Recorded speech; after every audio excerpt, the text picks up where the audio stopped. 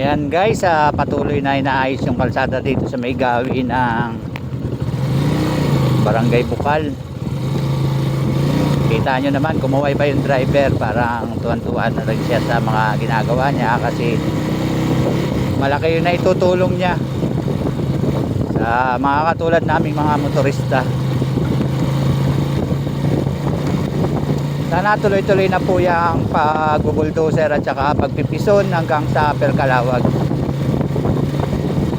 Para kahit paano, maramdaman namin ng konting ginhawa pagdating sa ating mga kalsada dito sa Aper.